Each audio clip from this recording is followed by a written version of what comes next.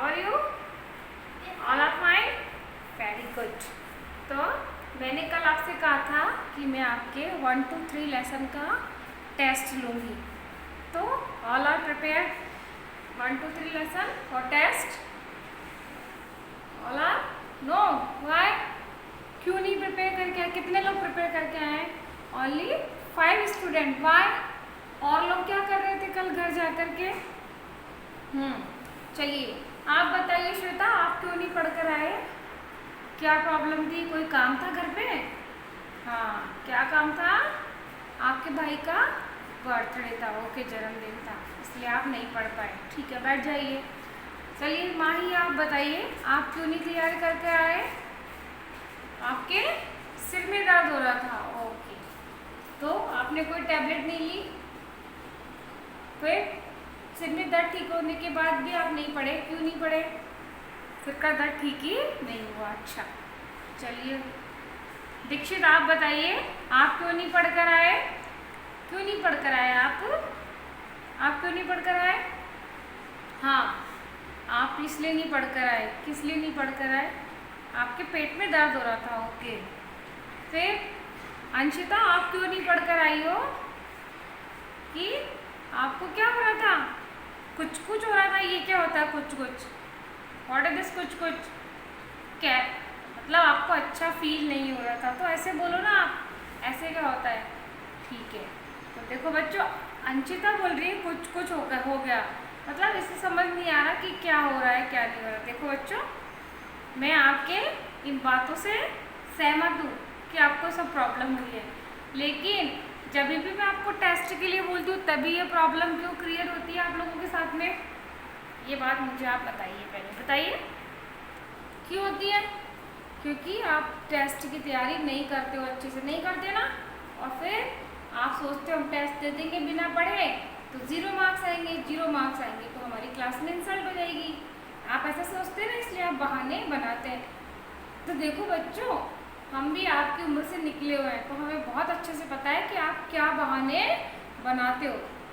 इनमें से हो सकता है 2 या 4 बच्चे सही बोल रहे होंगे, लेकिन इनमें से जो बाकी है ना, कितने 40% बच्चे क्या कर रहे हैं? बहाने बना रहे हो आप लोग। फुल क्लास में से आपके 40% स्टूडेंट बहाने बना रहे हैं कि हमें ये काम था, हमें वो काम था, वो काम था। लेकिन देखो बच्चों, हर बार बहाने बनाने से काम नहीं चलता, तो हमें क्या करना चाहिए? कोई एक्सक्यूज़ नहीं देना चाहिए, है ना?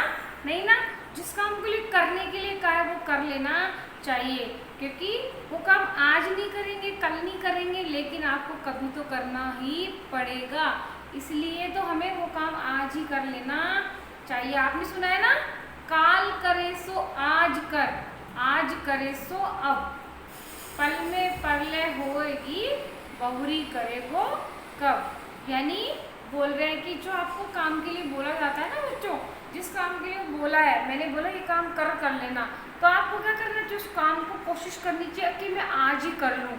वो तो क्या एक अच्छे व्यक्ति की निशानी है। और मैंने बोला आज करे, काल करे सो आज करे, यानी जो कल काम करने वाला उसको भी आपने आज ही कर लिया, तो क्या से आप परफेक्ट हो। और फिर बोले आपने क्या होगा? आपने उस काम को नहीं किया, कल भी नहीं किया, परसों भी नहीं किया, और उसके आगे भी नहीं किया, तो वो काम क्या हो गया बच्चों? आपका पेंडिंग वर्क हो गया। तो बताओ, इतना पेंडिंग वर्क क्या आप कर लोगे क्या? और जब पेंडिंग वर्क होता है ना बच्चों, तो वो इंटरेस्ट भी ख़त्म हो जाता है आपके करने का। इसलिए कभी अपने वर्क को पेंडिंग मत रखो, कोई एक्सक्यूज़ मत दो, कोई एक्सक्यूज़ मत रखो अपनी लाइफ में। जो काम करना है कर डालो, तुरंत कर डालो, करने के बाद खेलो, करने के बाद इंजॉय करो, कोई प्रॉब्लम नहीं होती है बच्चों। समझ आई मेरी बात? तो देखो बच्चों, आज का पार्ट भी आप ही की तरह बहाने बनाने वाले एक ऐसे ही बच्चे का है। देखिए आज का पार्ट है हमारा पार्ट 8, ऐसे ऐसे। आज का पार्ट क्या है? ऐसे ऐसे। इसके लेखक है विष्णु प्रभाकर जी, और इसकी विधा क्या है बच्चों? ये विधा क्या है? एकांकी, है ना?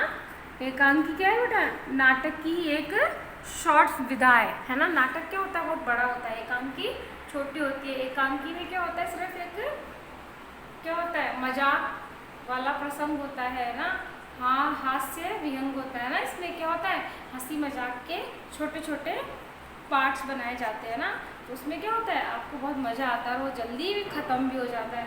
तो देखिए ये बच्चा आपको दिखाई दे रहा है, एक ये बच्चा है ना, ये लड़का कौन है, मोहन। ये लड़का क्या है, मोहन। देखो शक्ल से कैसा दिख रहा है, ये नॉटी बच्चा दिख रहा है, बड़ा ही शैतान बच्चा दिखाई दे रहा है।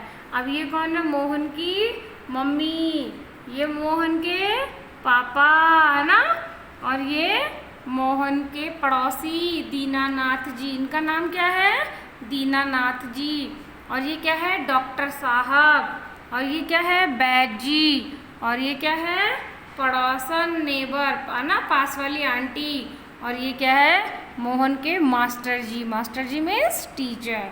तो आपको समझ आया कि आज हम इस पार्ट में कितने लोगों के बारे में पढ़ेंगे। देखो पहला कौन, मोहन, फिर मम्मी, फिर पापा, फिर डॉक्टर साहब, फिर बैद जी, फिर पड़ोस वाले दीनानाथ जी, फिर कौन, पड़ोसन आंटी, फिर मास्टर जी। इतने लोगों के बारे में हम पढ़ेंगे। तो देखो बच्चों क्या होता है, मोहन अपनी मम्मी के पास आता है, अचानक अपनी मम्मी के पास आता है। अरे मम्मी मेरे पेट में बहुत ही ऐसे ऐसे हो रहा है, अपने पेट को पकड़ के ऐसे ऐसे बड़ा सा गंदा सा मुंह बना के ऐसे ऐसे हो रहा है। तो उसकी मम्मी बहुत घबरा जाती है बच्चों। उसकी मम्मी बोलती है क्यों, क्या हो गया मोहन, क्या हो गया तुम्हें, बताओ तो सही। अब आपकी मम्मी को आप बोलोगे इतनी ऐसे ऐसे बना के एक्टिंग करके, तो मम्मी को थोड़ी पता है कि आप एक्टिंग कर रहे हो। वहाँ पे मोहन क्या कर रहा है, एक्टिंग कर रहा है, मुझे बहुत ऐसे ऐसे हो रहा है, ऐसे ऐसे हो रहा है, लेकिन मम्मी को नहीं पता है। फिर क्या होता है बच्चों, मम्मी बोलती है अरे मोहन तुम्हें क्या हो गया, क्या हो गया। फिर मम्मी पिताजी से पूछती है कि अरे ये तो मोहन तो आपके साथ गया था, तो इसे क्या हो गया। तो फिर पिताजी बोलते हैं देखो अरे ये तो मेरे साथ दफ्तर में बहुत अच्छे से खेल रहा था। जैसे ही बस अड्डे पे आया, बस अड्डा मीन्स बस स्टेशन होता है ना, जैसे रेलवे स्टेशन होता है, तो बस अड्डा क्या है, जहाँ पे बसें खड़ी होती है ना, उसे क्या बोलेंगे हम, बस स्टैंड है ना। तो क्या होगा, बस अड्डा मीन्स बस स्टैंड। तो मोहन के पापा बोल रहे हैं कि मोहन मेरे साथ ऑफिस गया, ऑफिस में वो बहुत अच्छे से खेल रहा था। फिर जब जैसे हम घर आने के लिए बस स्टैंड पे आए, तो ये अचानक बोला कि मेरे पेट में ऐसे ऐसे हो रहा है। फिर उसकी मम्मी ने पूछा, देखो बच्चों मम्मी ने क्या पूछा कि कहीं इसने कुछ अंट शंट तो नहीं खा लिया। अंट शंट मीन्स या कुछ फास्ट फूड नहीं खा लिया या कोई गलत चीज़ नहीं खा ली, तो इसको डाइजेस्ट नहीं हो रही है।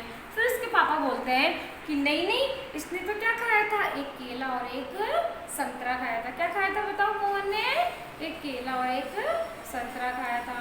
तो फिर मम्मी सोचती है कि केला और संतरा से तो कोई प्रॉब्लम नहीं हो सकती है।